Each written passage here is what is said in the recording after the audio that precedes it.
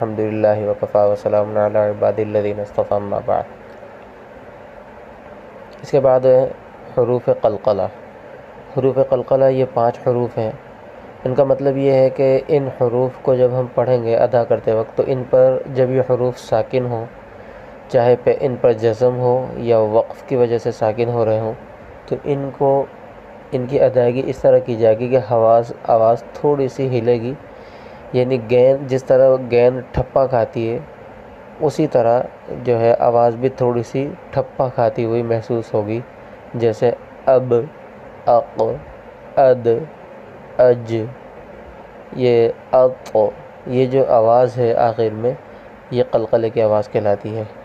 اس کے حروف جو ہیں جو میں نے ابھی پڑھے ہیں، یعنی قاف، طا، با، جیم، دال، ان کا مجموعہ قطب جدین ہے۔